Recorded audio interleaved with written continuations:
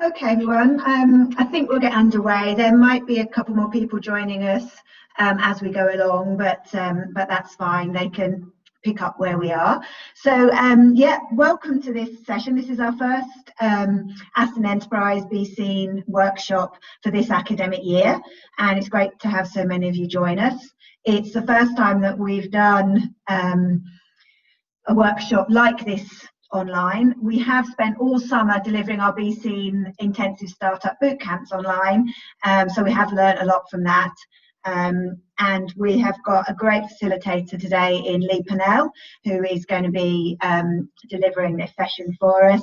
I've known Leigh now for a number of years, since he first started up his business Petalite, which is going from strength to strength. I'm sure he'll tell you bits about that as we go through the workshop today.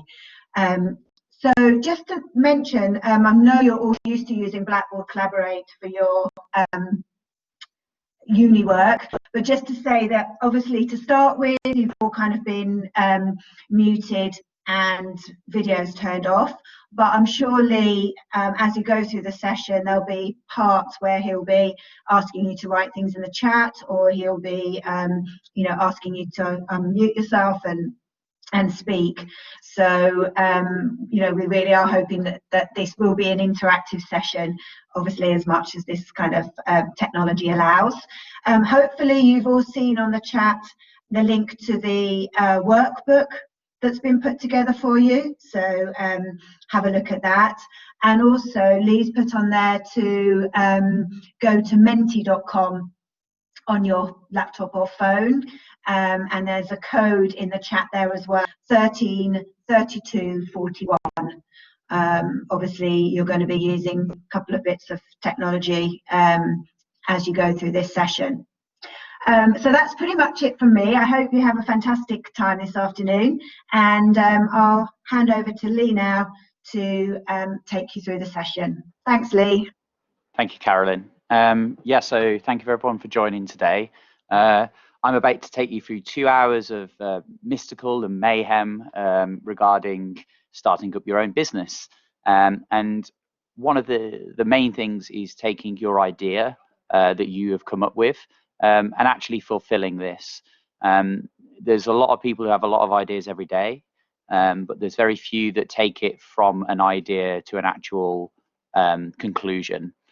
Whether that is a business that has got off the ground and has failed for whatever reason, or is a business that's gone all the way to unicorn stage. And people who don't know what unicorn stage is, that is $1 billion valuation plus. As Carolyn attested to, I started Petalite 6.5 years ago now, Carolyn. So it's been quite a while. Wow. So I graduated university in Aston University in 2010, so July 2010. Undergraduate, so you don't have to have a master's to start your own business. I did a lot of traveling, and then when I came back to the UK, I had the idea of actually sitting down for a career. So I got a job for General Electric, and that lasted approximately 15 months. I did enough training, and then after that I realized, no, I do want to start my own business. This is not where I want to be. So I quit my job. My last day was on the Friday afternoon. I was in the first Be Seen workshop on the Saturday morning. I hadn't even unpacked my car. And there's a balance between kind of impulsiveness and planning. And what you want to be able to do today is to define where those are. There are a lot of ideas that you need to test, and there's a lot of ideas that are completely ridiculous. But what you need to make sure is that everyone has ideas all the time. I have a dozen a day, and I'd say one a year actually is decent.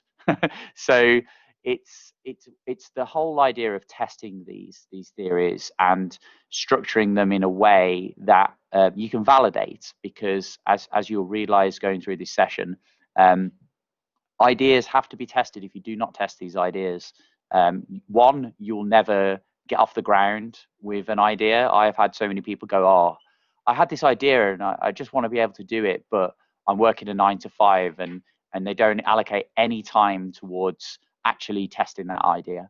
And that's the ultimate thing with starting your own business. It's 1% inspiration, 99% perspiration. If you don't do that, then you will never succeed. You will never even know if your idea was worth £10, £1 million, £1 billion.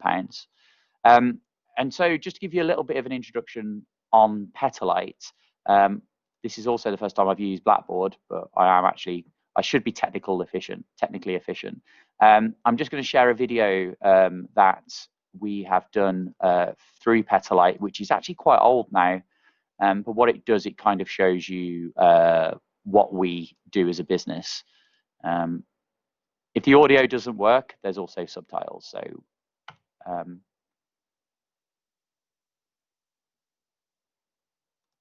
I'm assuming you can see this, by the way. Yeah, okay.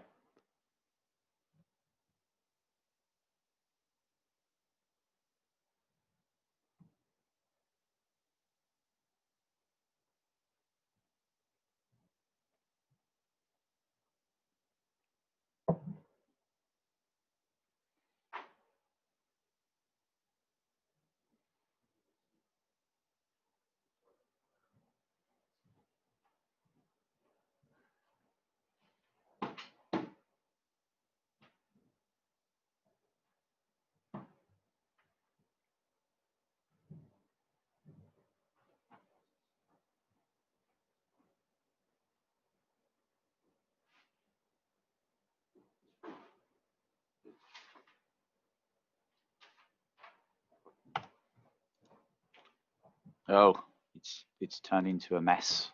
Hopefully you guys saw that, so it's fine. Now, how do I stop this? There we go. And so it's a very it's a hardware business. We've started from the beginning with a single 3D printer in Carolyn and Xenia's offices, and we've grown to the point where this March we raised 1.6 million of investor funding, which was our latest investment round. So it's doing the whole Dragon's Den approach, and we've just secured 2 government grants worth close to £1 million. And so we've been through the ringer when it comes to testing your ideas, making sure that your assumptions are correct. And so there are several slides going ahead, and I'll kick it off. So what we want to do is to, does the video not work? My video, Carolyn, do you want my video? Yes, okay, all right, you'll see my face. Okay. Sorry about that. Did the video work of the introduction, by the way? Okay, good, thank you. So what I want to be able to do, yeah, apologies for that, Joseph. It's the nature of Blackboard, unfortunately. So if you go over to menti.com, Caroline has posted the link in the chat. What it is basically an interactive session. It gives us a bit more feedback when we're going through the process. So there is a code 133241. If everyone could just go over there now, keep yourself obviously logged into Blackboard so you can hear me, but just open another tab up and go from there. What we will do, we'll also be sharing this after the session. What I will do as well, Carolyn, I will share my screen onto Blackboard, so you actually should have a recording there as well. Okay, that's great. Thanks, Leigh.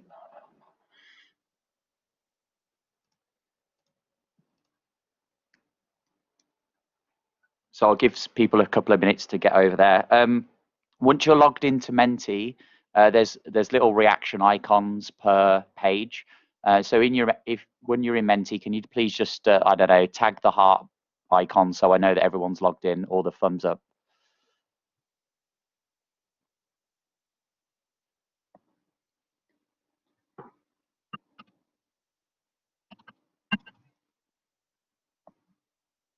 Just give it a couple of minutes.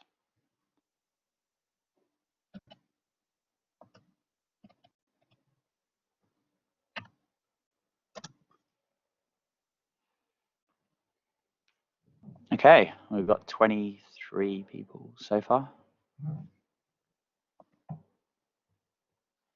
That'll do. Everybody else can play tag along. I mean, if is anyone struggling? I'm assuming not. You're all at university, so you should know how to use Blackboard. Okay, so the theory of today is how to think like an expert entrepreneur. I mean, that's a very rough definition of an expert, but I'd say like because we've been through the highs and lows. There's only a few people in the country that can probably actually do that level. I wouldn't say expert, but the whole purpose of this is to create a successful business idea. So it's to take what's in your head right now, to test it, to test out the theory, and to be in a position where you're confident that what you want to achieve works, and also you have a complete understanding of the effort and the skill that it's going to take to get there. All of this can be learnt. There's not a thing where people get a bit scared, but I think it's very important. Now, just for if nobody's used Menti before, every time I change a slide, it will remind you to just keep track. So you just have to manually update it. But what it also enables us to do is to interact. So each slide we can interact on. If anyone's confused, please press the question mark icon and then just type in Blackboard so I can jump back and forth.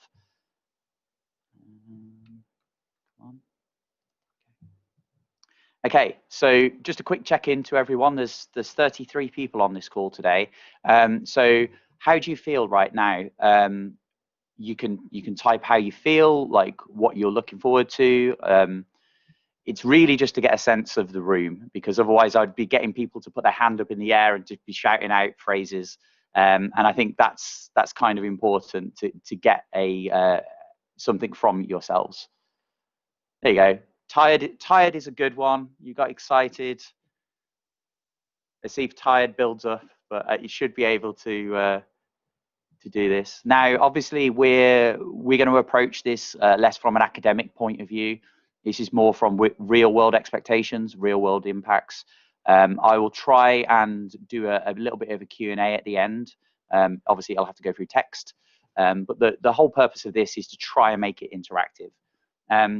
So yeah, we've got curious and excited and optimistic and COVID-19 vaccine. So thank you very much for that. Unfortunately, we don't do that as we're electric car charging, but maybe from the COVID crisis, we are seeing an acceleration of people wanting to use electric vehicles. And so I'm gonna move on. Everyone seems excellent, motivated, fine. Yeah, it's always positive. I like that. And so we're going to move on to the next slide. So the goals of this project, it's to really look at how experts generate the ideas. Ultimately, you've got to think about this, is that everyone has ideas every single day. It's how you validate those ideas. And then it's really then to understand the 5 principles of effectual thinking. That really means making sure that you're not going down a false path, that you're not leading yourself astray, and that happens time and time again. You're constantly having to test yourself. It's an unconscious bias, and you have to always place yourself back in reality and keep yourself on track to make sure that a chocolate teapot idea is not actually a good idea, even though my mum tells me, or that from experience everyone says yes to me because I'm this type of person. And we'll go into the actual theories behind that. And then really it's then rethinking your strategy. It's when do you decide to pivot? When do you decide to push ahead? When do you decide to just give up and start a new idea? Never give up entirely. That's always a crucial thing. And then ultimately then we're going to do a little bit of a workbook session. And what I'm going to try and do in this meeting is to intertwine my experiences with Petalite. So you actually see real world, you hear real world statements, you understand when it's high, when it's low, and where to go from there. So the next slide kind of shows this. So why are we here ultimately? And this is a question that I want to ask you lot. There's 33 of you on here. I want to gauge what everyone's doing. So there should be a series of statements in this slide. I'd like you all to vote on this. We want to get at least half of you interacting, so I know that nobody's falling asleep, because I know they was tired in that statement beforehand. And I'll give you 30 seconds to kind of go through this. We want people to be as interactive as possible instead of reminders. And really, there's no wrong answer to this. I mean, I'm really difficult about other. If people don't know what they want, then if you want to paste it, a statement in a Blackboard, that would work. I'll let you multitask. You got typing and everything.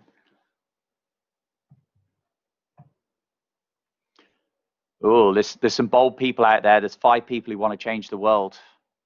The thing is, it doesn't say whether it's for good or bad. You know, like you could be in the state where you want to become a dictator. You still want to change the world. It's an entrepreneurial spirit.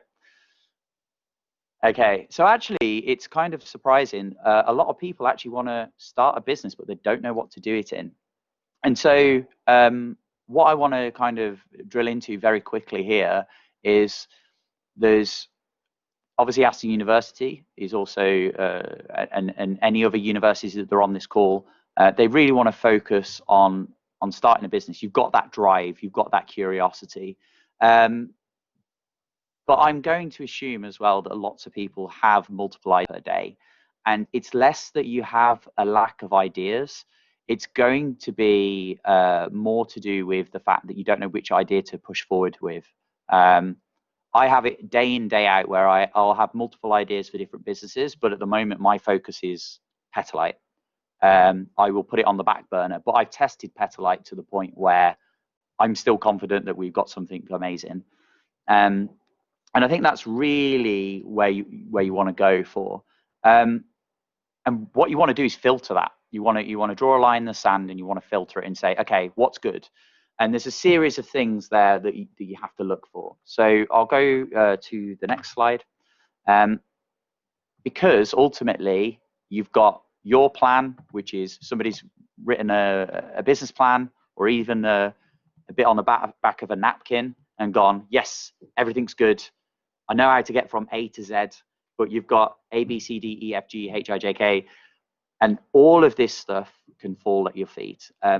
Anyone who thinks this is an easy challenge, just look at the same of Olympic athletes. They don't end up in the Olympics after day 3. They spend years and years and trials and tribulations and ups and downs because they want to be the best. Now, if starting a business was easy, everyone would be doing it and nobody would be employing anybody else. You have to be passionate with your idea. You have to be in the point where you can imagine the worst day possible. You get back home, but you still work because you're passionate about what you see in 2 years' time. And so I love this little graph. I think that this has been used several times, this sketch, but it is true. There is reality. I'm about halfway through the bottom sketch right now, just coming up. So I'm not at the bottom drowning, but I'm just coming up. And that's the case. I'm 6 years in, and it's a passion project, and it's something that you really you have to love. You have to be able to do this. It can't be money focused unless it's a recruitment agency. It really can't be money focused right now. It's that 10-year goal. What do you want to achieve in life? That's the ultimate question, isn't it? You're at the stage now where you're going into a career path, or you decide to start your own business, or you want to do both. You have to stage your life out appropriately and see where those risks are. Is it gonna change? Yes, there we go. And so this is the best moment to really rethink everything. What I mean by that really is there's lots of problems in the world today. There's lots of issues attacking everyone. Right? I've set my business up during the uncertainties around Brexit for the last 4 years. I've also had to go through the last year with COVID being there, but that should never be a deal breaker. I mean, it's a deal breaker if they banned electric cars in the world for us. So there is a line that you can't cross. But ultimately, you have to look at this as this is an opportunity. This is the equivalent of a fire ravaging through a forest. There's always something that sprouts up. And this is actually a time where you see big businesses become lack lacks on ideas. They don't innovate quickly enough. They put their walls up, and they don't. They want to protect what they already own. This is a prime opportunity over the next 3 years.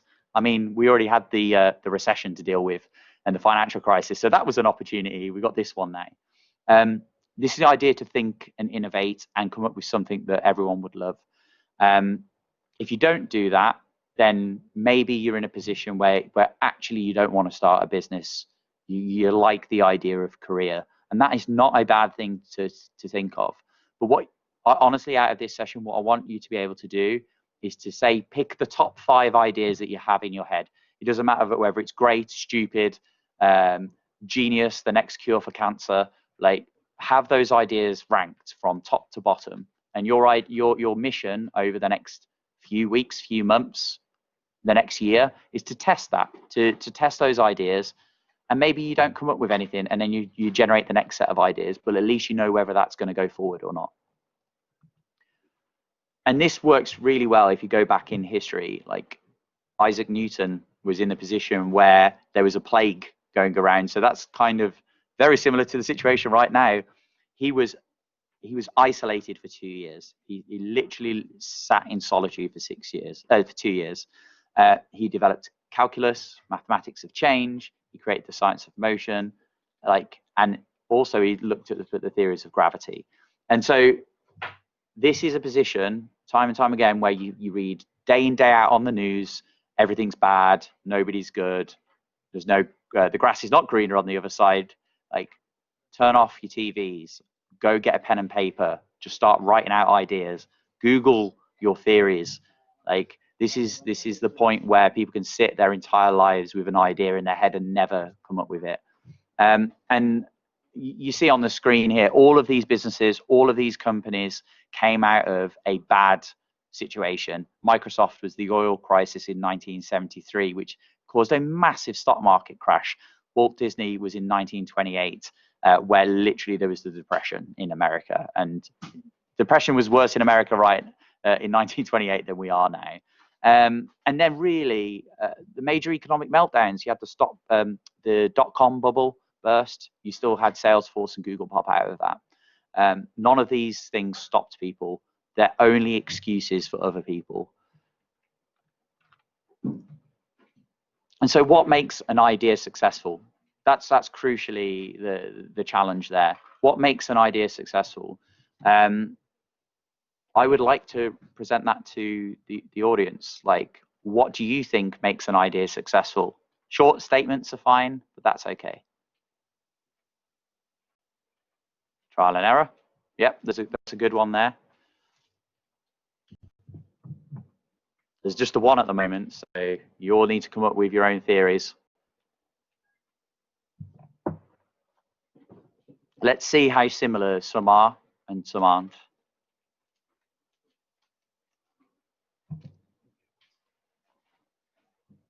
I'll give you about 20 seconds for that.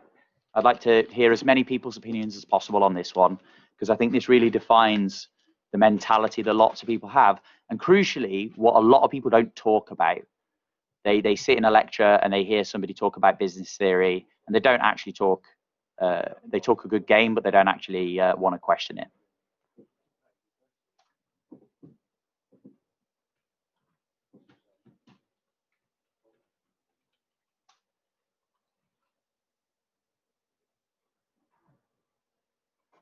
Okay. Definitely some capitalists in the room, so that's a good sign, because you're going to be selling this stuff. Just reading through them now. Yeah, I think everyone's kind of on the same page, just like spotting a gap in the market. Solving a real problem is spotting a gap in the market. What you realize as well is it doesn't matter how innovative the company is or how innovative the group is, you'll always find gaps, people that haven't tested it. So take for example, any shop on the high street today, any shop, if they hadn't switched to online shopping 5 years ago, they're already behind the curve. There's already better companies out there already. And so that brand will die, or it will It will burn down like a phoenix and then pop out of the flames with the same brand, but they've lost all of their stores and all of their staff. And the only thing that remains is their brand. Exactly the same with car manufacturers. I'll use myself as an example. Electric car chargers in the industry right now, they kind of work. So everyone's kind of happy with them. But we've identified that the customer, the end user, the person who plugs their car in is not happy. And so we're disrupting the status quo there. With electric vehicles, you have car companies that thought Tesla would never survive. Tesla proved them wrong. And now they're the most valuable automaker in the world. And so you're all on point here. I mean, the only one I would say probably not is marketing branding. And the only reason why I say that is because that's a tool to get you to make your idea successful rather than anything else. But no, thank you for those inputs there. And so this is when you're creating an idea. Ultimately, you have to look at this as a good approach. What you want to do is you want to take action. So you have these top 5 ideas, and I would suggest don't write this down on Menti and don't write this down on Blackboard. But if you've got a pen and paper in front of you whilst going through this this presentation over the next hour and a half, is write your top 5 ideas. It could literally be, I want to invent this flavor of ice cream, or I want to go to the moon, or I want to create a new food brand, or I want to sell clothes. Does not matter. Top 5, not immediately, but over the next hour and a half, write them down, and ultimately take action on them. You need to, if you're joining this call, you're curious enough to want to try and test these ideas. Avoid perfection. Now, this works in 2 different ways. There's a thing called minimum viable product. Now, that's not a silver bullet. It's not something that solves everything. It doesn't always work in everyone's marketplace. There's a lot of books out there that say that. I've probably got a book behind here. I do, called Lean Startup. So that's by Eric Rice. It's quite a good book.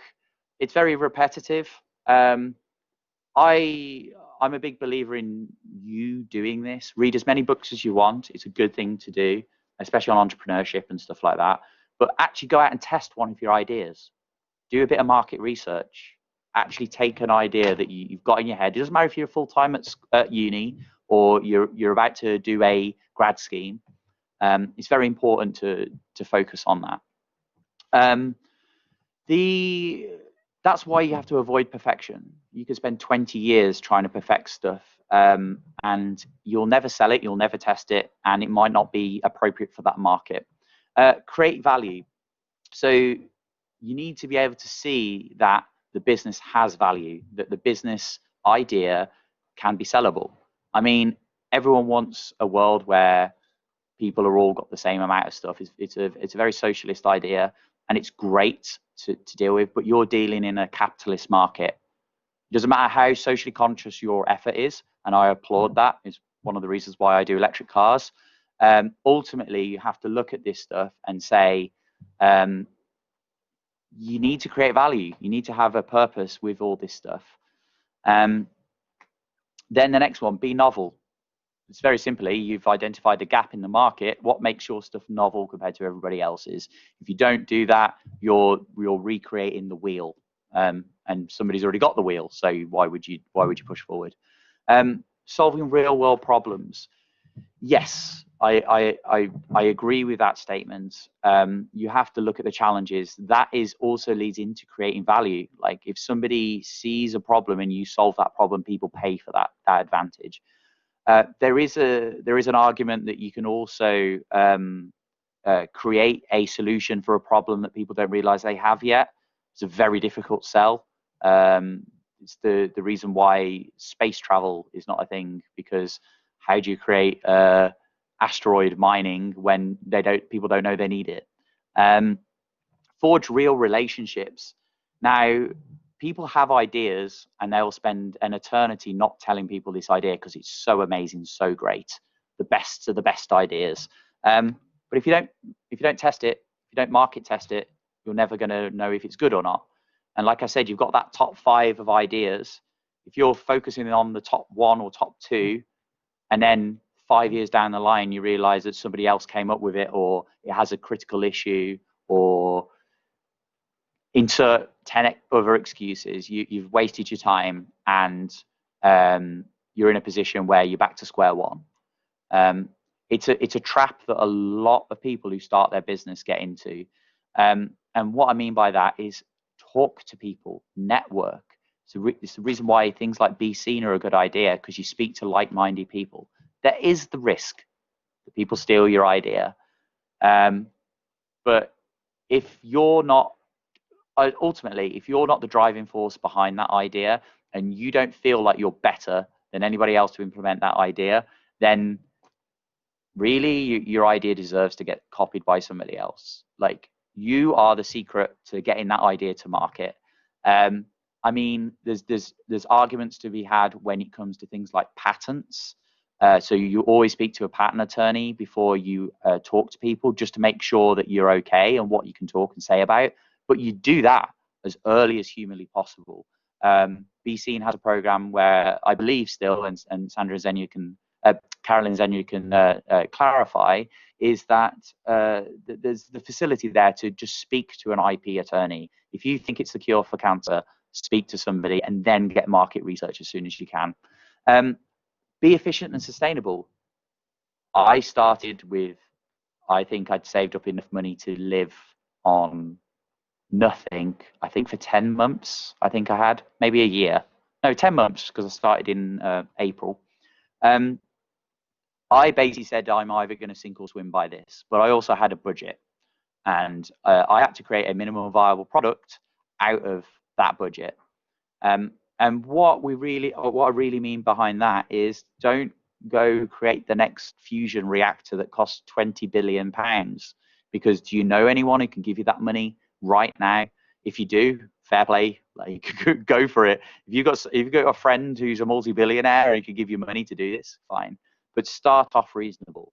We started off with mobile phone systems until we got our first big investment round, because we took something and said, ultimately, we always wanted to get to cars, but I can't go out at the moment and raise millions of pounds. That was 6 years ago. I will turn around and let's start small and grow from there. Ultimately, then your path changes. It's like that hill and valley system. You really want to go to the point where you're looking at this as a scalable challenge, and really it's then identifying that value. And you've got to treat it as an experiment. You need to test. Have a great idea, but test it. Like, I'm gonna say I went through 100 different ideas in the couple of years before I started Petalite, and you very quickly then realize that it's complete and utter garbage, and then you move on to the next one. If you don't test those ideas, you're always going to be this amazing person that has a great idea and never solves it. And follow your gut. I like it's in the brackets that it's in an informed way, because I've learned to trust my gut, but I've also educated my gut from the advice of others. I've networked, I've heard advice, I'm constantly learning, constantly looking at how one business failed, how another one survived. I've watched TED Talks, I listened to podcasts. There's also, you've got to realize, anyone who, just as a preamble to all this, anyone who is on a TED Talk or on a podcast or has written a book, remember that's their instant polished version of reality. Usually those situations are a lot more complex. And then add what makes you special. Like, you have your own twist on everything. I'm from a background of engineering, so even though it's mechanical engineering, I started an engineering business. I've also traveled a lot. I've driven cars a lot. I'm a petrol head. So me starting an electric car business makes perfect sense.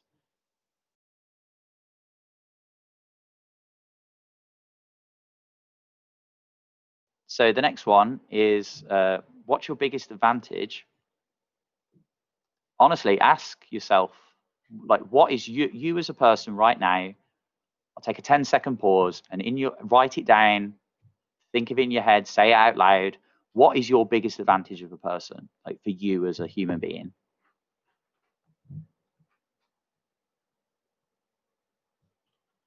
And I mean, this is the thing, most people don't even try. They don't even try and identify that.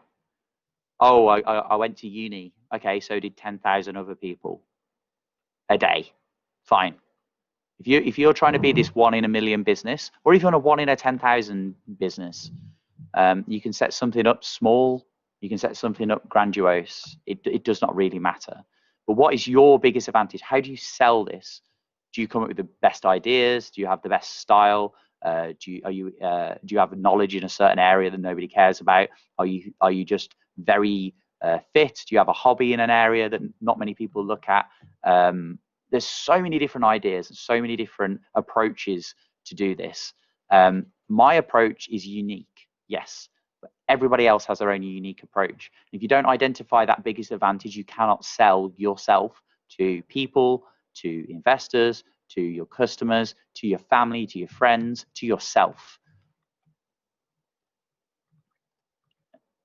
And so that was really kind of just going around the history and what to focus on. But really, how are ideas created? Like I mentioned, you've got your top 5 ideas that you're looking at. How are they created in the first place? Like, how do you filter those ideas? Because remember, a lot of ideas might be from what you heard about on the TV 4 days ago, and you've kind of forgot about them, and you never search and do any research, so you never figure out that it was somebody else's idea in the first place.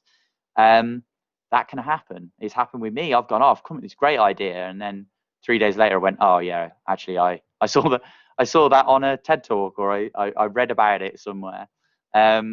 Luckily, Petalite is not one of those. So yeah, think about that. How are ideas created, and how do you take that forward? And so, really going forward on here, which way is better? So this is a poll to go out to you lot. There's 30 of us on the group. Ignore the rankings at the moment. I want you to read through that list of what this means. For example, I'll say the great man hypothesis is that only great men can come up with great ideas. So only people in power or people born in privilege come up with ideas. By the way, if anyone clicks that, then you have an ego problem. But it's a very outdated way of thinking about things. Have a quick search, have a quick Google. I want to leave these things up here because I want to see what people know already from a theory perspective, and what people can do a quick search and have a quick skim. So give us 30 seconds on that. I'll let you do a little bit of research into those areas.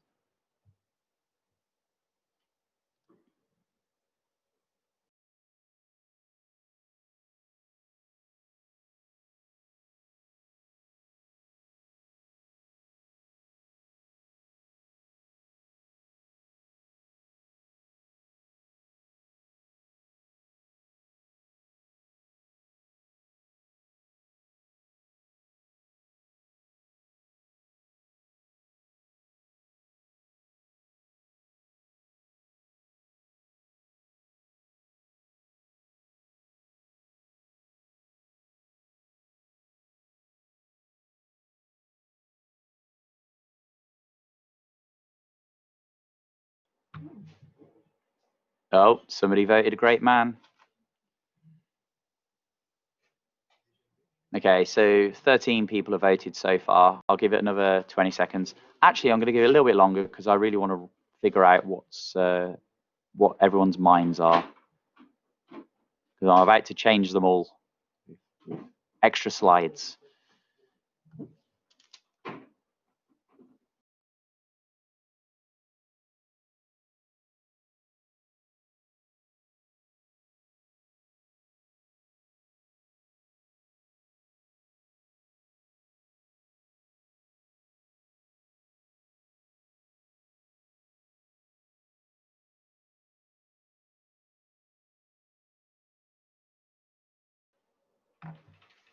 Okay, so let's go through that order, right? So you've got which way is better, problem solving. So that's the gap in the market. Trending ideas. Yes, but are you too late to the party if you're already trending? If the idea is already trending, are you too late in the first place? That you've got to think about this. How quickly can you jump on this trend? Is it worth it? Is it sustainable? Revolutionary idea, of course, that's going to be high up, but there's actually very few revolutionary ideas in business. You take, for example, I keep going back to engineering things, so I do apologize, but like fusion power, it's a revolutionary idea. There's multiple businesses trying to achieve this, but is it actually going to work? And how many businesses in the world have a revolutionary idea, or do they do incremental ideas that beat everybody else? It doesn't take much to get rid of the front runner, the market leader. And so you don't always have to think so over the top. Just look at a market that you like, look at a problem that annoys you in day-to-day life, and see if you can make a small change that can make a revolutionary idea. And I'll give you an example of Facebook. Facebook was not the only social media platform.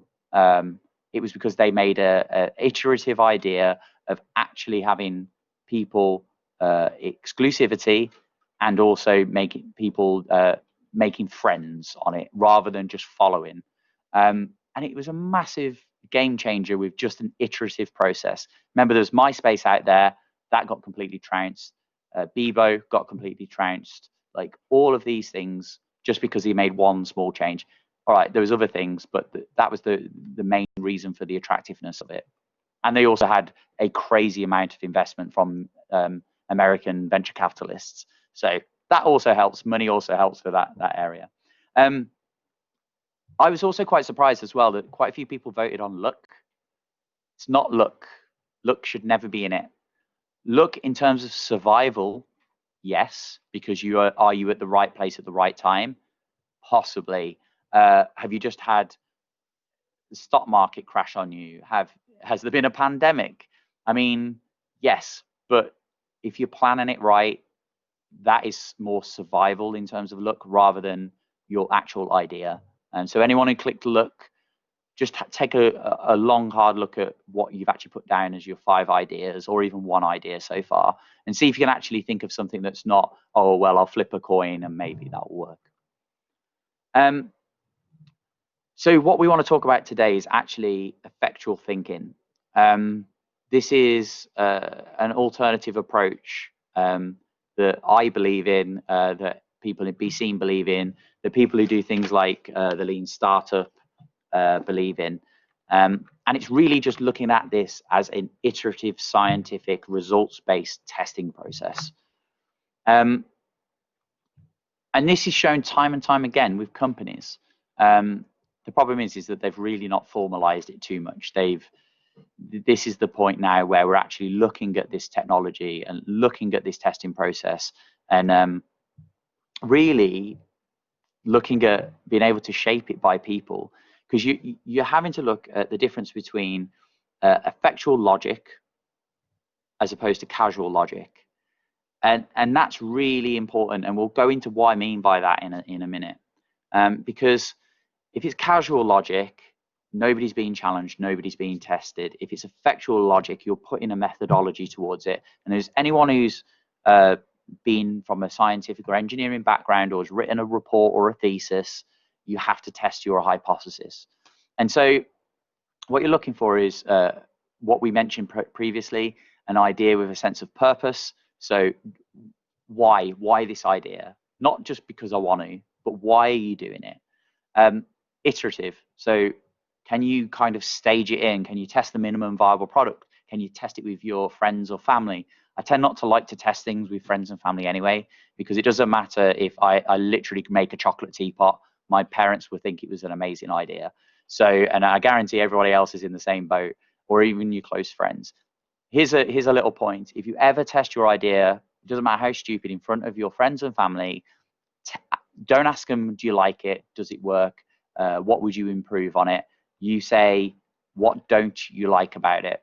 And you'll see them getting stumped. And you can try that with an idea that you don't really care about, but it's always fun to see how they react, what they would come up with, because their brain is in a different gear. Ultimately, the future's unpredictable. Anybody know there was a pandemic? Anyone really know there was going to be Brexit 4 years ago until it actually happened? But it's controllable through human action. So you can mitigate these disasters. If you fall at the first hurdle, it's maybe because you're not planned enough or the idea was not successful. It's not because of other reasons. And then you can go on to idea 2 and idea 3 and idea 4. It's fine. The environment is created through choice. You're actually really looking at this and focusing on, like, how effectual is this idea in the chosen environment.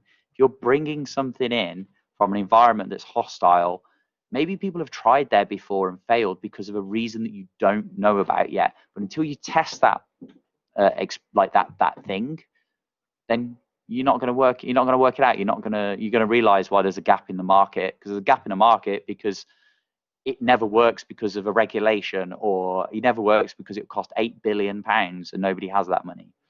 Or it doesn't make it does not make profit because there's no demand for it. You've made the demand up in your head.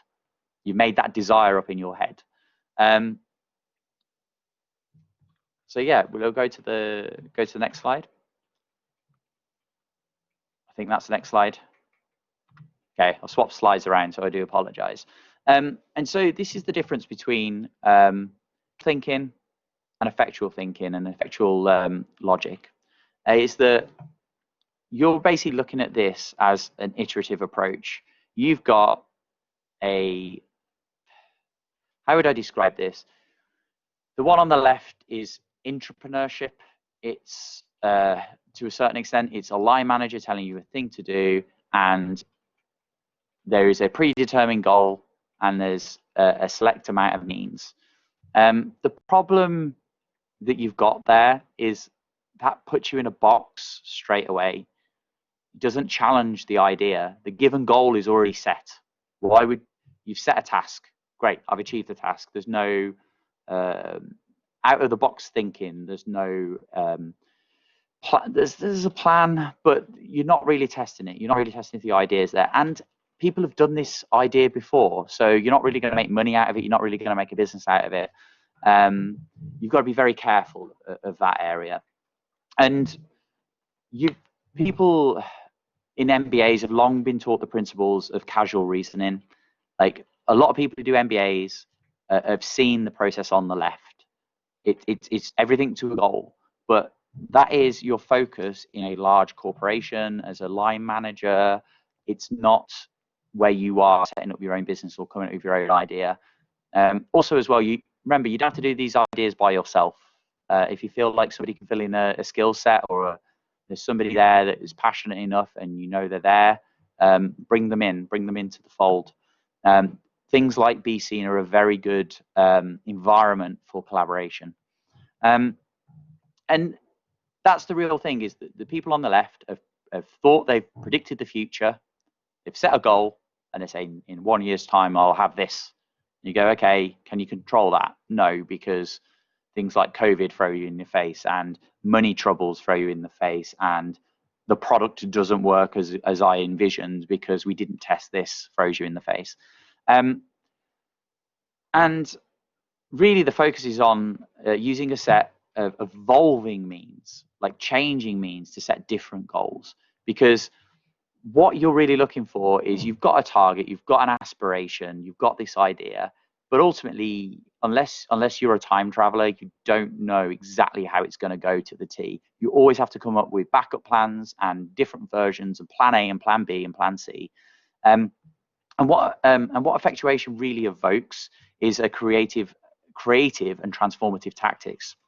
What I mean by that is that if you set your business plan on day one with all these ideas, and you turn around and you go, all right, I've got a plan if this fails, and I've got a plan if this does this, and I'm going to raise my money in February 2021, fine, but that will always change. I always approach business plans as a very evolving document. It can be a one page or one slide idea, or what it should be is an evolving document that grows, that changes. Any investor, any customer, anyone like that who doesn't see you changing and evolving and adapting, it's that whole survival of the fittest. It's the definition of evolution, but in a business sense. No business survives with the one on the left. And ultimately, what it means is, like, if I can control the future, I do not need to predict it. So you're trying to control all of these variables to give you an outcome. You're not trying to figure out the outcome and figure out how to get to that outcome by doing it the other way around. It just does not work like that. I'll give you an example from my state of affairs. We've literally raised money 4 times now, yet we've won an application of a competition for a grant fund that we did not expect to be there, but we applied for it anyway because that money was available. We felt like we were in the right area, and that's actually doing a completely different vehicle to what we were planning to do. But we adapted, we overcame. There was that real push of, we can't control the future. We can control the future, but we shouldn't predict it. We never knew that thing was coming there. And really, that's building up, the way I describe that is building up a war chest of networking contacts, skills, making sure you're constantly learning, that you're ahead of the curve, because ultimately you get to the point where you might know something that somebody else doesn't know, that's competing with you. You might know somebody that you don't know competing with you. And now I understand with networking, it's difficult in this environment, but this is over the next few years. Start building up connections, start building up contacts. You don't have to tap them for a sales opportunity every 2 seconds. Just be friends with them. They'll help you, help me. It works really, really well. I started off with 0 networking, nothing.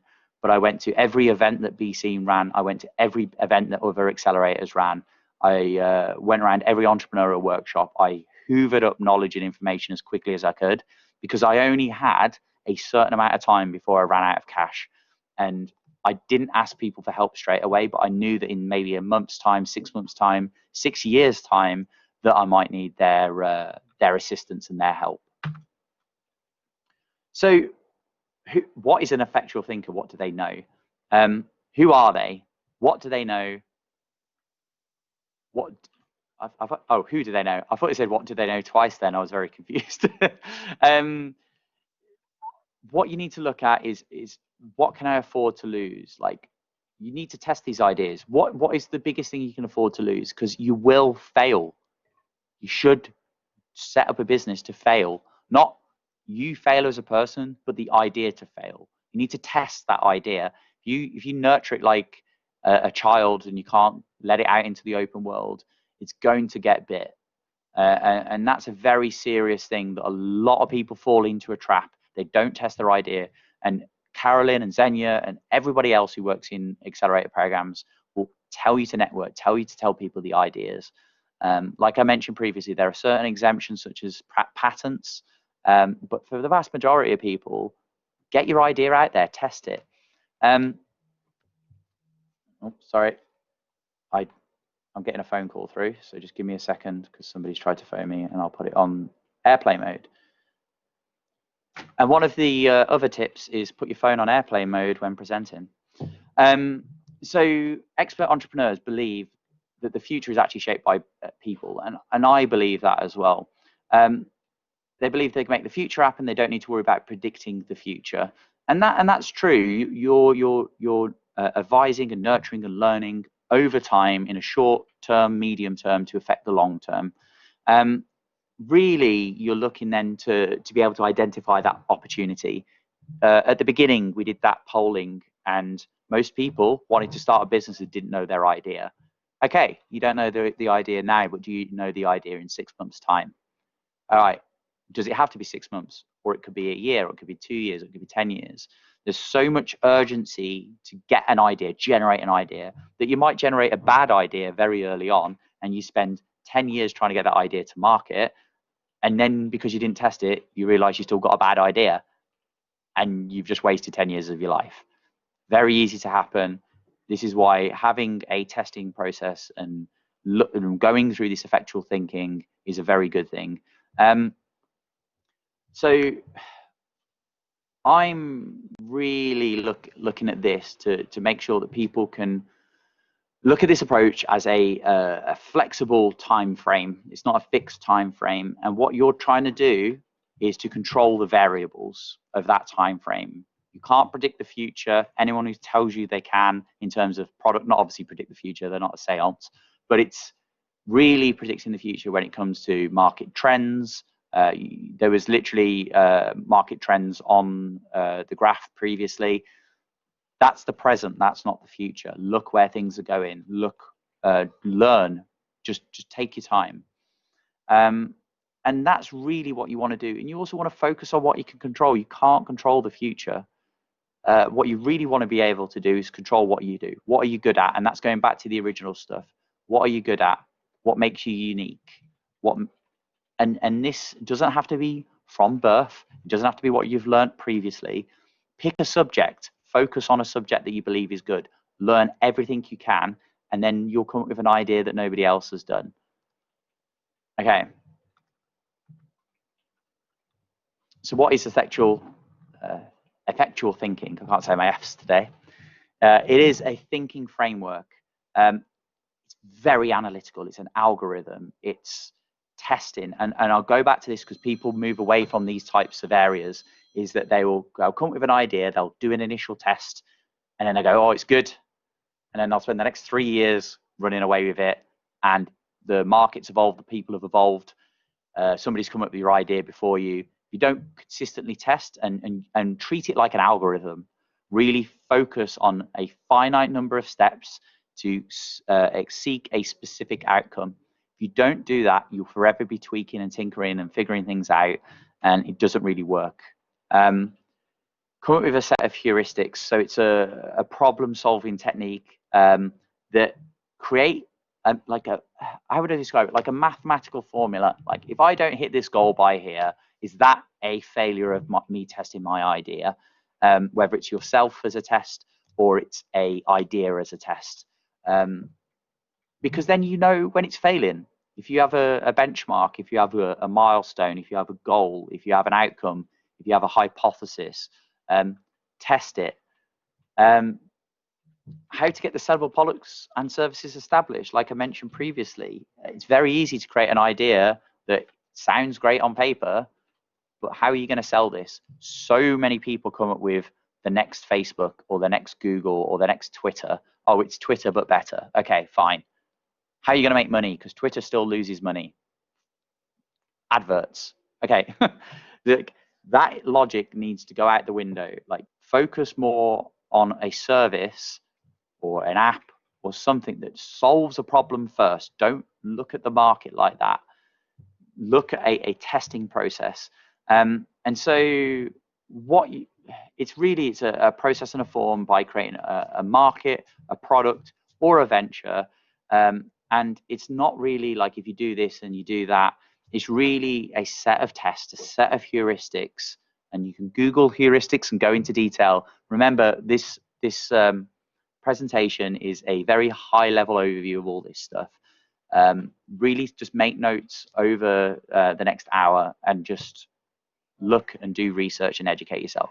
Because also what you'll realize in running your own business, entrepreneur, even just on your own as a sole trader, is you have to keep learning. And what a lecturer will tell you and what you learn on your own time is a completely different ball game. You will learn so much more if you're proactive. And you will learn something or figure out a theory or come up with an idea very, very quickly if you get proactive at it. So set heuristics and set tests for yourself as well as the idea. And it's not a system to tell you what to do. I mentioned that just like I do mention algorithm, but it's not actually a specific algorithm. It's a process in your head. Make it analytical. There's not a if X equals this, then it's Y, because everyone would be using that. It's more of a mentality approach than anything. And it's not a way to launch an entire business. It's a way to test your idea first. You test your idea, and then you figure out how to do the business. And then you test your idea again, and then you test the change in the idea, and you make sure the market's there. But if you don't do this in the first place, you'll never get, there's no point in setting up a business when the idea doesn't work. Very, very simple, very straightforward there. And so there's a difference now. This is what happens with things on like an MBA or anything like this, is there's a difference between a manager and an entrepreneur. There's this middle ground where people talk about entrepreneurs, but it's basically a manager modified. That's the way I treat it anyway. I work for General Electric, one of the biggest companies in the world. They focus on entrepreneurship. It works very well for people who are career. But if you actually want to become an entrepreneur, you need to really focus your mindset on here. And if you look at the tab on the left, they've got backup, they've got resource behind them, right? They could spend 6 years on an idea and a project and a program, and that's fine, because their job is to create a series and targets of a return on investment. Very simply, they get given a task from above, or they come up and they're an entrepreneur and they create a methodology, and they turn around and say, I've got this idea to make X manufacturing 10% better. Okay. And so what they do then is they look at this and go, all right, where's our exposure? Where's the insurance? Where's the approach? When do we see the money coming back? And it's a very low risk, I would say, approach. You never set up a business like that at all in a million years. If you did, your dad is Donald Trump's dad, and he gets a small loan of $200 million. Like, it's the only way that will happen. So if you're on this call and your parents are billionaires, then don't worry about it. But everybody else has to go on the column on the right hand side, where there is you have a great idea, but you need to set your level of risk on this. I always go with the approach of it's 80% novelness and risk, and this is the vision, and 20% reality. Where are we in today? And that changes. And the reason why I set that is because if it's anything lower than 80%, then am I actually that novel? Am I pushing the boundaries of the business and the market that I'm in? The answer is probably no. Are we so innovative that people just don't believe us? And so that's when you go into like the 85% range. And what I mean by that is, like, the magic bean salesman, like, he sold the Jack and the Beanstalk story. Like, literally, are you coming up with an idea that is so far-fetched and so out of your realm and so high risk that it just sounds like fantasy? And people will call you out on that. Don't try and be the next Google. At the moment, Google never wanted to, like, you got to imagine the people who started up Google didn't expect Google to be this big ever at the beginning. They probably said it on a slide, but truly they did not believe it.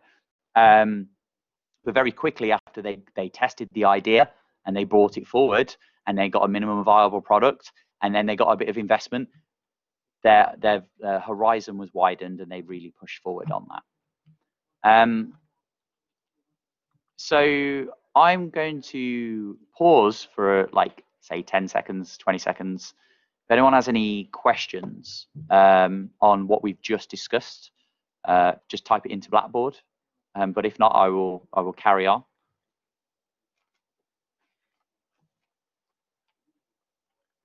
I think everyone's okay. I mean, actually, if anyone's typing a question and needs more time, just press the question mark on Menti.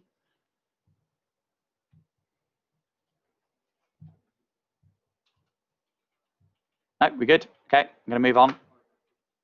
So this is now an introduction about my journey in Petalite. So like I mentioned previously, started Petalite 6 years ago by myself. Investors, I knew I'd have to raise investment, so I knew the type of business that I wanted to raise. I knew the approach that everyone had to come out. And Daisy, I'll actually answer your question in this as well. And so I knew how risky and how novel my tech was possibly going to be. Where I am now and where I was 6 years ago it's further along the path. We've got way more ambitious. Our predictions and everything grow significantly. And yeah, when I started off, I was by myself. It was me on my own. I've now got a team of 10. You probably saw walking behind me. We're actually doubling our team over the next 6 months because of our recent investment rounds. We probably, our ultimate kind of moonshot goal is to become a unicorn, $1 billion business. Is that going to work? Maybe, maybe not. Maybe I'll sell it for 1 million. Fine, it's okay. But it's good to have those ambitions. And as in the future, like if you speak to Carolyn or Xenia, like they can attest to, they saw me at the beginning. They saw the idea versus the reality, how risky it was versus the return on investment. And what I'd done is I'd looked at the market, I'd looked at the opportunity, I'd looked at done the research on where the market was. And luckily for me, it's a very I assume everyone knows what cash cow means. It's a cash cow environment. Everything kind of works. All the players in the market are big businesses that it has some of their turnover, but they're not really caring. It's all tickety boo. But what they really want to look at is a disruptor, and that's where we come in as Petalite. I showed the video previously, so I'm not going to show it again. But very simply, what we do is we create electric car chargers, very advanced, very high quality, long-lasting electric car chargers, and we have patents that cover that. And the reason why we did that is because everyone was throwing their money at batteries. They were following the market trend. Billions and billions and billions of pounds were going into batteries, make them cheaper, make them lighter. And there was no way that because I don't have a dad who's worth billions of pounds, could compete. And so I looked at the rest of the chain, the rest of the input, and actually the weak link in the whole of the electric car charging thing was the chargers. They were too expensive. They didn't last very long. Okay, how do we make that? And so we worked on, I say we, I was always bouncing it back over people's feedback and things like that. And then very quickly came up with our minimum viable product, which was a mobile phone, external mobile phone battery charger that charged in 10 minutes, 15 minutes, but 10 minutes for most of it. And that set the starting point. We didn't jump straight to cars because I didn't have the money. The risk was too high. We would never have made it to market. And we progressed from there. So we then had investors come on and said, we'll give you this money, Leigh, but only to do cars, because they saw the 5-year vision and they said cars. And we went, if you want us to do cars, we'll do cars. So we set logical, realistic goals and standpoints. And even then, we were testing. We were going forward. We were making sure that we looked at the novelty. So I'll go back to Daisy's question. Our stuff was very, very novel. The issue that we had is that I was at that point a 26-year-old man without a beard. I walked in with my first investor meeting with a Tesco's carrier bag full of our prototypes, and people didn't believe that what we had was so different compared to everybody else's. And so a lot of people just didn't believe us. They thought we were selling them magic beans. And very quickly there, we reined it back a little bit. I got more professional because it's practice as well. You don't just start with this stuff. And we looked at the thing and said, all right, what are people not understanding? What bit of the novelness is scaring people off? And it was a marketing exercise. It was let's tone down some of the rhetoric. Let's build it in and say we've got this much advantage. So now we are half the cost of everybody else. Very easy to understand, very easy to go forward. Our technology lasts 4 times longer than anybody else. It's not 1,000,000% better. And you only understand that from testing. It's not a line in the sand. It's not a definitive number. It's say a statement to somebody and see their reaction on their face. And if they're like, no, mate, not a chance, like never going to touch you with a barge pole, then you know to tone it back, you know to change it, you know that's a test. I realize I haven't skipped any slides, so let me go through because it's very important there. So what makes you special or different? I mentioned previously, we've been looking at this as a technology that's a piece of hardware that is, how would I describe it? It's a piece of hardware that is novel in nature, and we get to protect it through patents. That's what makes my business different to everybody else's. What makes me different as a founder, an entrepreneur, whatever you want to call it, what makes me, Leigh Purnell, different to everybody else? It's because I feel it's my background. I've always been fascinated in cars. I did my research. I never touched electric vehicles or electronics in university. Everything I know has been learnt self. I then worked for General Electric, their GE Energy facility for a while. Not really related, but it kind of identified that electric was going to become the future. So that was market validation. And then I moved on to what is actually advantage. It has a lot to do with just sucking in knowledge. Caroline can attest, Xenia can attest. I was at every event. I was networking my pants off. I spoke to everybody. I didn't want anything from them. And the reason why I did that is because out of the 100 people that I met, one person in the future maybe would be good. And so I want you guys to think of this now. I asked you the question early on, what makes you different? What makes you special? What it doesn't have to be huge.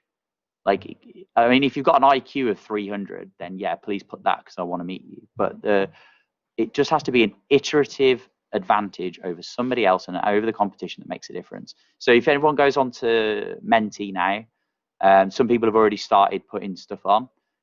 You can be as generic or as specific as possible. I just want to get, like, at the moment we've only got a couple of people on there. But what I want you to do is to be able to share that with everybody else. There's 32 people in this group. Is share that. If you don't know, say I don't know. This is not what do you call it? An interrogation. So I'll give you about 30 seconds to type that and think.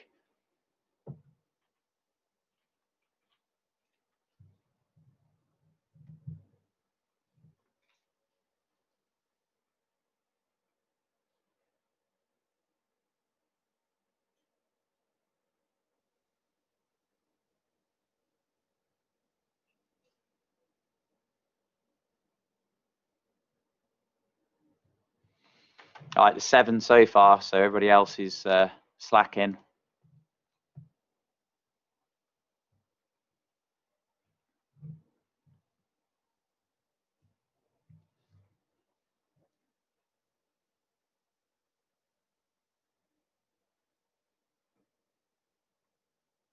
Okay, so I'll let everybody else, I'll start answering these because I think it's important to look at. All right, so let's wind it all back a bit because there's a lot of people there that's saying don't know and I'm not sure. So ultimately what you want to be able to do is ignore, for any task this afternoon or this evening, ignore ideas creation, because if you're looking at trends and you're looking at the next big thing and you're looking at ideas creation, but you don't know what makes you special or different, it's honestly, it's a non-starter. You're different in your educational choice. You're different in your experiences as a child. You're different in experiences of what, do you have a talent? Do you have a hobby? Do you have something that other people don't have? Can you roll your tongue into an O? See, like, just think of those things. Write yourself a list, prioritize that list. Don't just think of one, just go through that process in your head. What makes you different? And say it out loud. Like, people are very subtle about their advantages. For me, mine is my life experiences. Very simply, I've been through the point where I've learnt what I wanted to do. I had a passion for cars.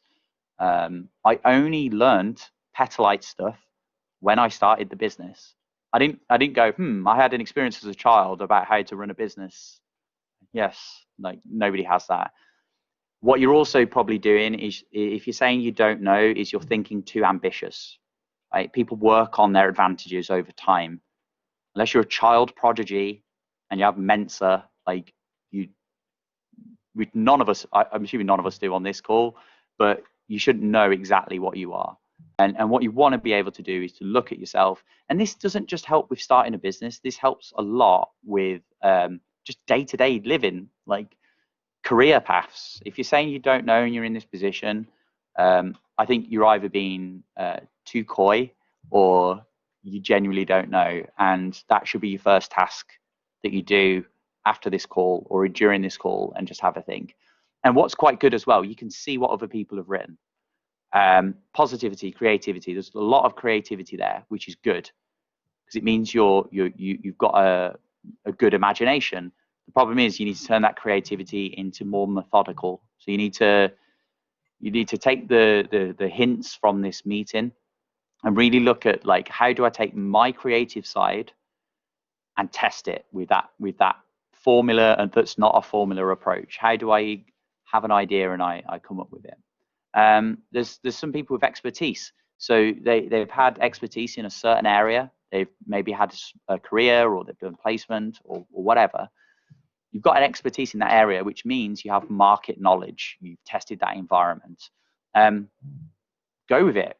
Have explore that area, because you might realize early on, oh, actually, I thought the area that I have expertise in is got I could make a disruptor, I could set my own business up. But if you test it very early, you then can decide, actually, no. Like, I did that with electric cars. My initial assessment was I want to make electric bikes and cars and things like that.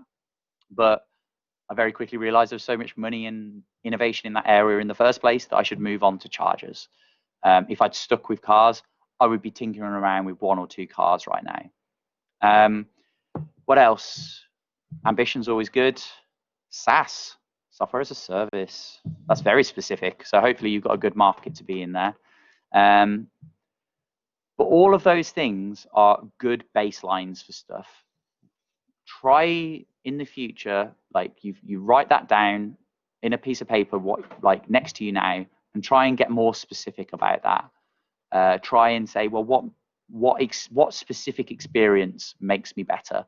What specific creative element makes me better? And then you can test that, because otherwise it's a subject area, not a specific bullet point in your life that you can then pick a good skill from to start a business. All right, I'm going to skip on. So, piloting the plane principle. Now, I do have notes for this. So, very simply, we've already just highlighted what makes you different. So, make sure you keep that noted down. There's 4 specific principles of all that we've mentioned above that represents different ways entrepreneurs interact with the environment and to shape their environment. Of course, not everything can be shaped and controlled. I mean, if everyone could control the world, then we'd all be healthy and not disease-ridden. You know, it's one of these things where you should only control what's controllable to you. Don't worry about Brexit. Don't worry, but you can't control it. Adapt, survive, and then you'll thrive.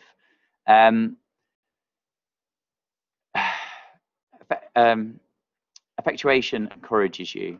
So what this should do, it should make you a pilot of your own adventure and of your own business and of your own opportunity. You need to be grabbing the controls of that plane that is your idea and testing it, and be a test pilot, not just a commuter pilot, because then you go back to casual methodology, not effectual. And what you really want to do is to focus on the environment which you are, where you are. Where are you in this world right now? What can you control? And I've said this previously with variables. I'm a bit more, this is obviously business theory. I'm a bit more engineer minded around all this stuff. So I like to talk about hypotheses and theories and analytical points. But certain things cannot be analytical. It's emotional. Like, do you have the mental fortitude to go through the highs and lows of a business? But what you're looking for is, as a pilot of your venture, to focus on the aspects of the environment which are at least to a certain degree within your control. Okay, so don't just when you're coming up with these ideas and you're coming up with these tests to test your idea, make sure that you don't say, oh, the only way I can get my business off the ground is if I overthrow the government and instigate a hierarchy where they just focus on electric vehicles. Okay, well, that's never going to happen. So how else can you do it? Just think of that. Think of the grandiose stuff and then work your way back from there. I'm just checking the questions, by the way, just in case. No, it's fine. It's just people saying that they can't stay forever. So bird in the hand principles. This is the second principle that we're talking about. Don't wait for the opportunity. Start taking action now. So this is the thing. Don't let the market come to you. Test the market. Test what you're able to do based on the information that you have at hand now. Do a little bit of research, yes, but get on it. Don't do 3 years of research and then when you try and test your idea, it then falls apart. Because then you've basically just wasted your all the effort. And it links in with this. I don't always like jumping straight on the Lean Startup book because it is very repetitive. But what it should be able to do is give you cues to then do further research. Because, I mean, it's the same story about 7 times in here, but it gives you a principle of where to start looking at. So your actions, you need to, what information you have available to you right now. I've asked what makes you different, who you are, what you know, and what do you know, who do you know. That's important because then you can identify weak areas to then work out your minimum viable product, to test your idea. Because if you don't assess the state of play, if you don't assess where you are right now in the present on the 7th of October 2020, you'll be in fantasy land for the next year, and then you don't know what to improve on, you don't know what to educate yourself on, you don't know where the markets look. And there's so many people who fall into that trap. It sounds very common sense. There's so many people who fall into that trap. Honestly, I'd say a quarter of the businesses that I knew started were just in fantasy land when it came to market, when it came to their experience, when it came to, oh, I'm not going to test my idea, I'm going to work on it for a year. They wouldn't even tell people their ideas. It's like, no, you're never going to survive. Next one is the affordable loss principle. So really what you want to do, and that's this risk section again. So set yourself a target of risk versus reward. Like, you can't, I mean, some people get mortgages out, like second mortgages. I don't have a mortgage, so I couldn't do that. I set myself I had so much savings that I'd save up working for General Electric for 1.5 years, so not that much. I set myself a realistic target and I set myself a realistic risk. And I went, that gives me enough effort to be able to go out and raise money. If I can't do it, I've lost that money, I've lost that time, but it's an acceptable amount. And I think time is a bigger resource than money, to be honest. It's a really important thing, and you figure that more and more, is that don't spend a year of your life just thinking this idea is great. Go out and test it as quickly as you can. The crazy quilt principle. So this goes back to what I mentioned about networking. Really try and find people who have a sense of commitment to your idea, who like the vision of your business. Like, this is ultimately like, yeah, you can do it on yourself, but as you'll see behind me, there's people walking in and out. These are people who have joined in on the vision of Petalite. They like the idea of making change in the world, etc., etc., etc. Like, there are people out there, and it's very difficult to do it by yourself. The crazy quilt principle is more like a patchwork quilt. So make sure you want to build this quilt. Other people can help you. Other people need your input. They will have advantages in certain areas that you don't have. And really then what you want to be able to do is, it's a real commitment from yourself and everybody else behind the vision, behind the future of the product, and really just making sure, looking at the market. And so this is really like, it goes back to the point where you spend a lot of time when especially in the business school, they'll look at this as go create a competitive analysis document. Go create a strategic planning document.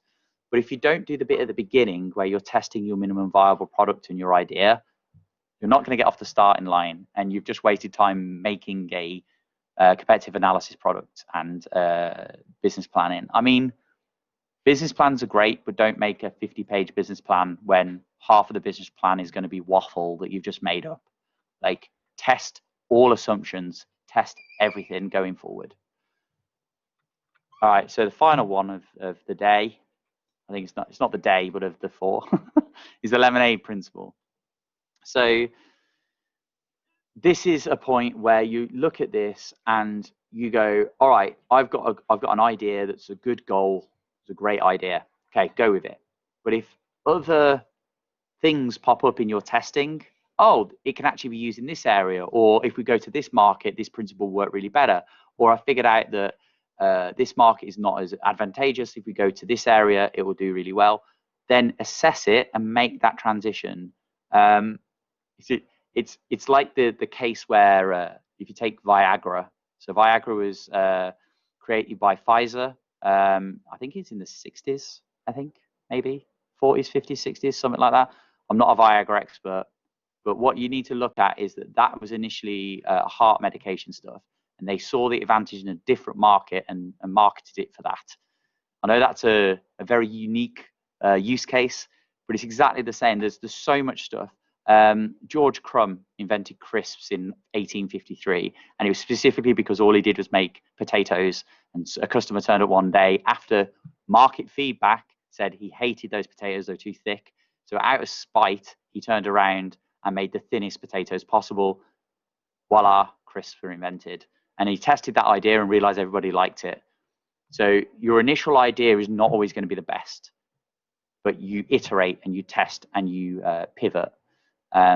It's very, very important that you do that. And yes, you have to stick to your gut and stick to your initial idea, because it's important. It's your baby. It's what you've come up with. But if you don't test it and find out that it doesn't work, you're going to be nurturing a thing that will never get off the ground. And you can see during this presentation, you can see I've gone over the same 4 or 5 steps several times. You'll read that in books. It's the same approach. But until you get out there and you take that top 5 ideas that I told you to write down, just test them. Ask a friend. Don't ask what you like about it. Say why wouldn't this work? Like, you do your own market research, you do your own testing, and you'll learn so much more, so much faster than reading books and listening to people like me yabbering on for 2 hours straight. You've had 2 hours today. Set yourself an hour aside later this week, or when you've got a little bit of free time. And everyone's got free time. It's just excuse if you say you haven't. It's good to test this and test it for yourself and see people's reactions and feedback, because your idea may migrate into something different in the future, like the lemonade principle. Okay, so all of these things come together to turn into the effectuation process. And obviously the slides are going to be shared, so you can look at this. So you begin with an inventory of his or her means, so your means. So then you're able to get goals out of those means. So you say, what am I good at? What are my goals? The goals, I've written this down, so I do apologize. The goals she or he chooses to pursue are within your affordable loss. So you identify, can I do this within 2 weeks? Test it. Does it work? Yes. Or a year, test it. Does it work? Yes. Or I can set aside a bit of my student loan, or I can ask family for a little bit of cash, or I can take out a loan myself, or I need to work a year to get the money back. But keep that in your head. A lot of ideas, you don't need money. You genuinely don't. And anyone goes out. There's a lot of people who set up their own consultancy businesses that take their skill and monetize their skill on an hourly basis. There's people per hour. There's a lot of websites where you can sell that stuff to test it. You don't need to set a whole business up during that. Then you have a goal construction. You set yourself targets and goals to test very simply. And then next you go to interactions that drive the process of like getting people on your vision. Like, do you like this idea? Do you want to join? What are their skills? Because you don't want people all being yes men and everyone's on the same boat, and then you realize that you could have done the job in the first place. But at the same time, you should get people on board. You should network. You should have an idea generation session. And yeah, I'm gonna go through a little bit more of this, but I think everyone kind of gets the idea, and it's a staged process that you bring together to then not create a business. This is not to run a business. This is to validate ideas and to keep ideas current and to keep ideas at the top of your list. Very simply, you should be doing this with all your ideas, and then the one that maintains at the top of your list and you're still passionate about it should be the one that you go forward with. All the other stuff is what you learn in an MBA, and that's fine, but that's, you jump in, you're running before you walk in, and you need to be able to at least get out the starting gate first, test your idea, and then keep testing your top 5 ideas. And then if one fails the test, you jump back, and then you start idea number 2, and you work forward with that. And what you're trying to do really ultimately with effectuation is lower the risk of the venture for yourself, lower the risk for people who might become your investors, lower the risk for anyone who's a stakeholder and anyone's involved. Because why would you waste your time when you haven't tested it? Why would you like voluntarily waste your time? You've got so many ideas in your head that you don't realize that if you turn around and you test them quickly and you go, all right, that doesn't work, next one. Don't make it a passion project until you know that the passion can be achievable. And then it grows. Then you're like, yes, I've tested this. It's a really good idea. Great. I've tested it again, and I've gone through this whole effectuation process. People love the idea. People love the vision. I've done a formula with not formula test to say that I can create a minimum viable product. I've done my market research. I know that it can fit in this market. And if any one of those points fails, you need to go back to the drawing board with your 5 ideas and say, do any of the other ideas work better? Because your time is valuable. You have scarce resource. You're not a multi-billion-pound business. And you'll get it off the ground. And Caroline will attest to it, and Xenia will attest to it. There's so many people who fail in this process. They want to start a business, and they hear the first idea that comes into their head, or they get somebody on board who has approached them with a different idea, and they join as a team. And if you don't continually test, you will fall at a hurdle. It happens all the time, and it worries me. Like, I always test myself to go, am I in la la land? Am I like coming up with an idea that is not valid? And then I try and keep my bias out of it, and I try and test it using this process, and it works time and time again. It's the reason why I'm here still after 6 years, because 3 years in, the second I'd have figured that not working, I would have said, okay, let's shut up shop and go to idea number 2. It's that process. You have to be brutal with this. And what you really want to do is to find truly new and useful market opportunities. So you're leveraging your constraints, which is your risk, and you're leveraging your new information, which is your market research and your testing. And you're combining those together, and you're basically trying to be analytical and saying, is this worth it? Is it going to go ahead? What are the risks? So let's rethink our. So what I really want to look at this section here is to say, like, so yes, sometimes we focus too much on the idea we create new problems. Like, people who don't test it will come up with additional issues. Oh, I've come up with this great idea. So let me think of an example. Anyone who tries to beat Facebook, that I'd say every time I've heard 10 people talk about their own business, at least one person has a social media platform. Okay, fine. You focus much on the idea, but have you ever tested that idea? Oh yeah, I've tested it with like my friends and family, and they love it. Of course they love it. They're your friends and family. They don't give you critical feedback. And then what happens is they've created a problem, because what will they do is they will advertise their app, or they'll spend a year building it and they'll advertise it, and they haven't got any money yet. They've just launched it on the App Store, and they turn around, and then Facebook adapts to that. They get one engineer of Facebook's 10,000 engineers, and they build that feature in, and that business is rubbish. It's because what they didn't do is they didn't assess the risks. They didn't go, Facebook could turn around and in a week redesign our app, and it's all completed. Because what you have to do is you also have to be realistic. Like, yes, speak to everyone that you speak to about Facebook, about your app that beats Facebook. But as soon as you go out into the real world, it's a competitive capitalist market. Like, you have to hit the ground running, and you have to assess all the risks, and you have to say, is that risk worth it? I, myself as Petalite, we're against companies worth billions of pounds. There's not many competitors in our market yet. One of them's just gone public last week for £2.5 billion. So I have to assess what will happen if they put 10 engineers on our, can they copy what we do? And we've done that assessment and said, no, because we have patents, we've got expertise in this area. Great. But if I just put my fingers in my ears and went, I'm ignoring this until they launch, I could have turned around and not had patents. I couldn't have put protection in there. And that company could turn around in 3 months and develop our technology and clone it. That's a risk. Why would you do that to yourself? Next slide. So I've yammered on now for 1 hour and 40 minutes. What I want to do is I really don't want you guys to worry about filling this in right now. What you've done, hopefully, is either on the workbook or on a piece of paper, you've written down the things that I've told you to write down. You can go through these slides, and what you really need to look at is the main stuff here, right? So if you go on to, where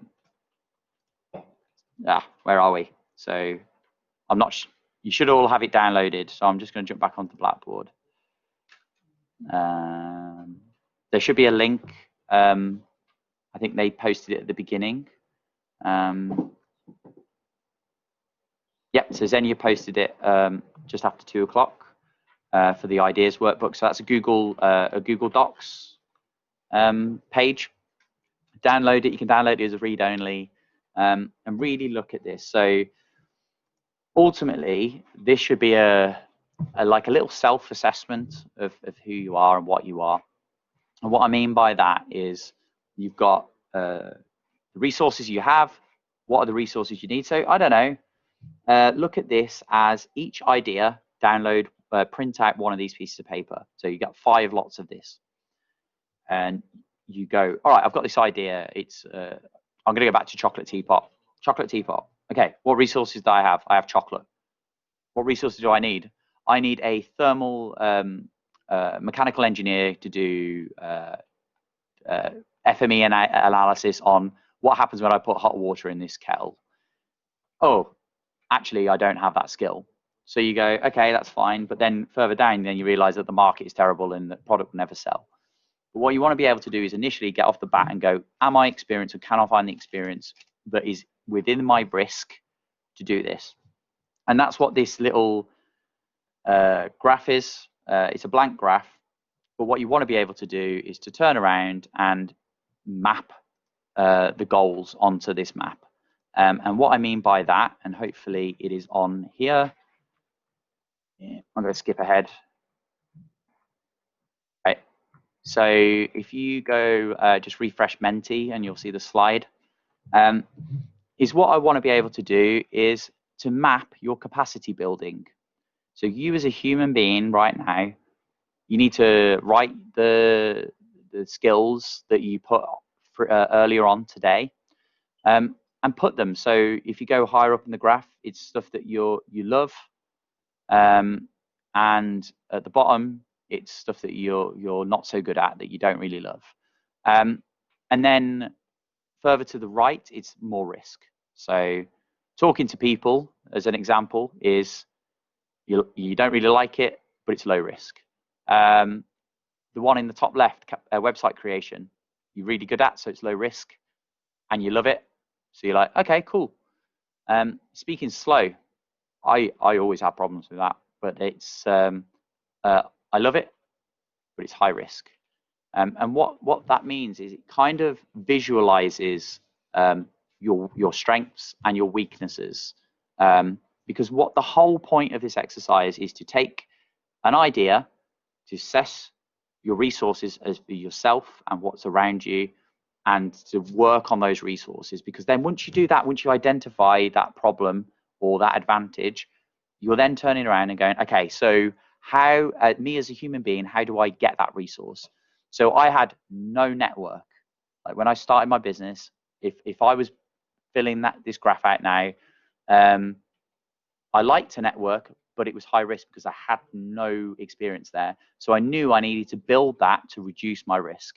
Because if I didn't meet people, I could never get that resource. I could never get that money. I could never speak to investors. I could never get PR out the door. And so I identified that as my key area I needed to work on. And I did that for a very long time. And that varies with other people as well. So this is where you need to work through this document, print it out, copy it down, and it will change for each idea you have. Because then you turn around and it says what you need to focus on. What can you learn? Because there's certain things like, all right, I could learn to do some electronics, but I couldn't learn to be a PhD in electronics. Because if I did, it would take too long and I can't test it and I can't figure it out. And then I might have lost the market. So what I did is I learned enough to get investment. And then I turned around and hired experienced people around me who share my vision of the business. So you can see how it's all kind of intertwining together. Okay, so if you scroll down onto the second page, obviously I'm not sharing this on the screen at the moment, so you can all see it in the Google Doc. Let me just check to make sure there's no questions. Okay, so Xenia's shared it again, which is always good. So yeah, you're going through the same principles again. So it's the lemonade and affordable loss principle. Like it's telling you, can you do the risk? It's basically an assessment form for your idea. If you didn't have access to the resources, only what you know and who you know, how would you solve it? So it's not like if I knew this person and if I could get here, I could do this, because there's too many steps. You can't test this thing quickly enough. There's so many people that I know who say, I've got this idea, but if I knew somebody that may have technology experience in this particular area, I might be able to find out. And you're like, you are stretching yourself so thin there. Your first task should be to network and get people in that room. So then you can shrink that down to like, yeah, I know this guy, we can test this stuff, but I need to get him on board with the vision of the idea that I have. Great. That shows plain a day in this document. And then what can you afford to lose? So it jumps back to risk, time, financial, social. At the beginning, if you're trying to juggle all these things with a social life, and I mean, everyone has a social life. I have a social life, but I'm not clocking off at 5 o'clock at night. I'm working throughout the evenings, and then I'll go for a drink. Or it should be, you should be able to feel this drive after you complete this document. You should be able to feel the motivation and the drive for doing this. If you're not, maybe the idea is not good enough. Maybe the market's not defined enough. Maybe you haven't seen the amount of money that you can make in a particular area. All of this is really to self-assess yourself, if that makes sense. Self-assess yourself. Yes, that works. And so I would advise everyone to look at this document, to print it out. I prefer people to actually write it with a pen, because it means then you're getting what's in your head down. There are studies to say handwriting is much better than typewriting. And then what you want to be able to do is really then be able to turn it into a very clear grid of your pros, your strengths, your weaknesses, the risks, where it all comes from. So you can see that on the Menti slide now. So yeah, it shows this. It shows for a networking opportunity, like I'm great at focusing, it's low risk, but I don't like only finding people. And so that's a high risk because I need that skill set. Very simply, like, it doesn't have to be perfect. You're not showing this to anybody else. This is a self-assessment tool that you need to use. And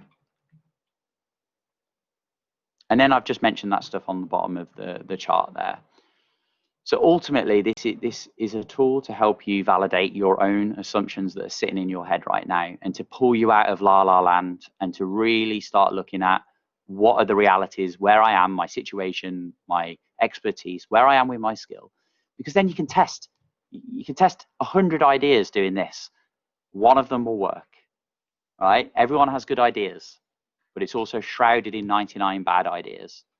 And then, only then, you can then start looking at setting up your own business, because at that point, you could approach Be Seen and you could approach any other incubator and say, I've done my tests. I know this is reasonable. I know there's a acceptable amount of risk. I've planned. I figure it's a good market because I can see the opportunity there.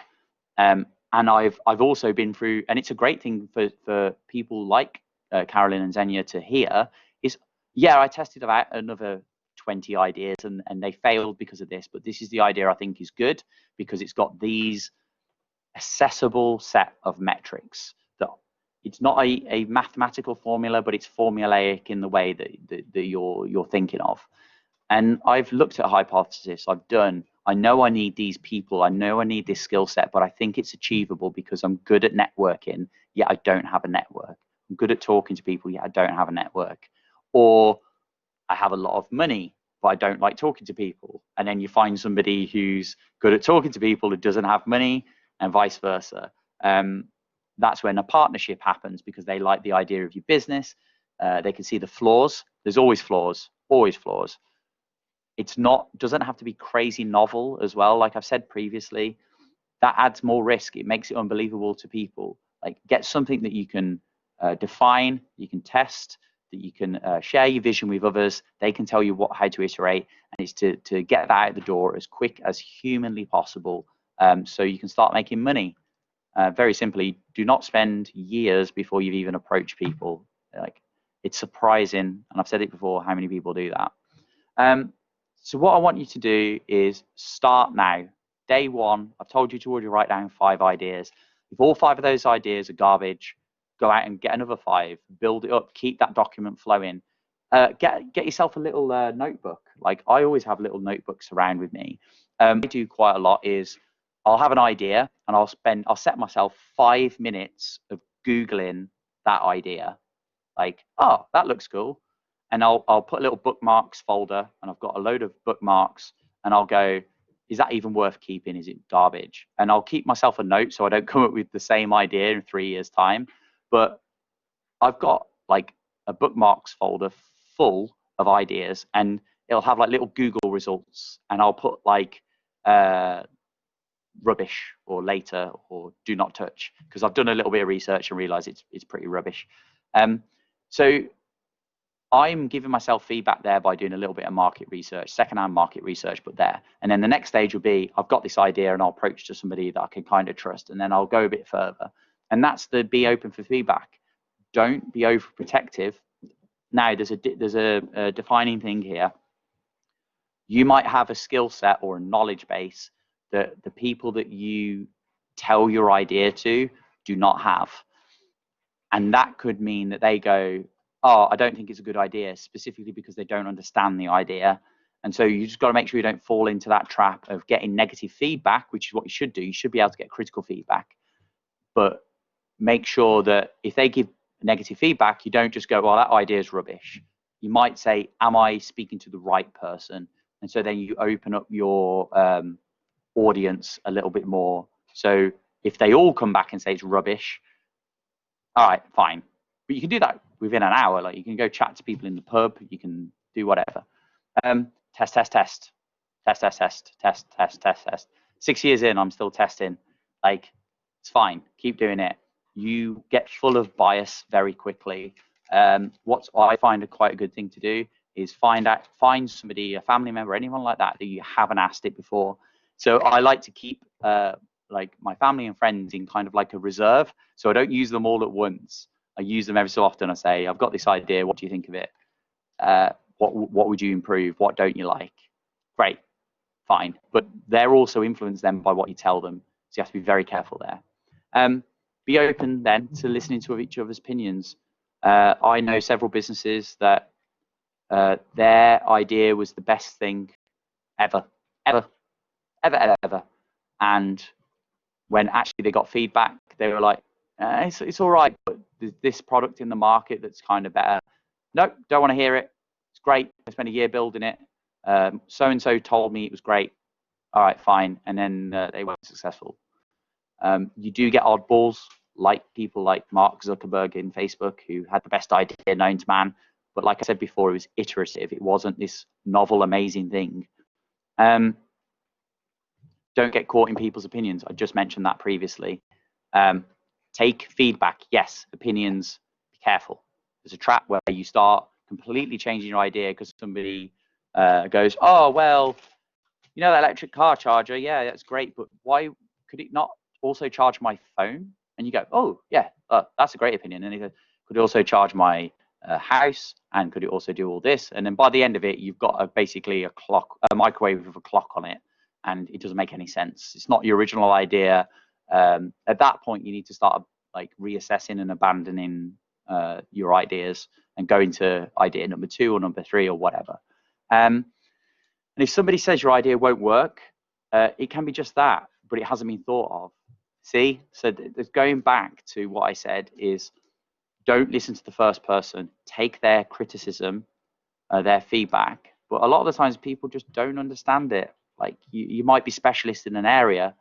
You need to look at your market research methodology. And what I mean by that is, who's the type of person I'm asking? Don't just always ask your parents. Don't just always ask your friends. Like, go and get independent research. Like, people will talk to you, share your ideas. I mean, don't go talking to your direct competitor. Like, so that's an obvious no-brainer. Like, don't go, oh, hey, Mark Zuckerberg, I've got this great idea to improve Facebook, so I'm going to make my own business, because they have the resource and the time, and you've not figured out how to protect your idea yet. But it's that assessment of risk. Take your idea and assess it. Assess the risk, assess who you speak it to, test, and then you'll have a verified idea that works really, really well. And look, straight to the book. Smarter, not harder. You've only got so much time, you yourself. Eliminate uncertainty, test. Develop an MVP as soon as humanly possible, because ultimately you need that to test. Otherwise, it's an idea in your head and there might be translations that are wrong. Don't need to throw money at a lot of this stuff. Like, I know people who are literally like selling stuff and buying stuff, and they've got no money, and yet they do it because they want to test the environment. Strip your idea down into like its constituent components. Make sure you can test it as early as humanly possible. With my business, it's kind of unique because my MVP, I couldn't let anyone touch because it would have electrocuted them. So it's that type of thing that you have to look at. And then validate the learning. Seek learning, not profit. Like, yes, profit is a capitalist market. Profit is a goal. But you need to learn to get there. You can't just jump steps. It's not going to work. Like, it's the reason why you see people like Bill Gates. He's very smart man. But he knows so much about his market, the area, what people want, what people don't want. And he doesn't just do that once. He does that all the time. He speaks to people. And so that's kind of my summary for today. Thank you very much. What I'm going to do now, we've got a few minutes left. I know some people have already run off. This is available. You've got the downloaded points. If anyone has any questions, please start writing it in Blackboard. This is not a be-all and end-all. It's not the Bible to get you to start a business. It is a set of highlighted instructions to get you going. You are your business. You cannot be taught to you. You need to come up with your own ideas. You've been given the tools to work on. That's why you're at university. It's why you're doing all this. It's why you're on this call. These are building blocks for you to go forward. And I hope that kind of comes across in this meeting, especially because it's a webinar. I would have got people to actually say it a bit more interactive. But I'm glad that people have participated. And if anyone has any questions, please put them in the Blackboard's comments. And thank you very much. And I'll hand back over to Carolyn and Xenia. I mean, if any questions pop up, I will jump in. But no, thank you for your time.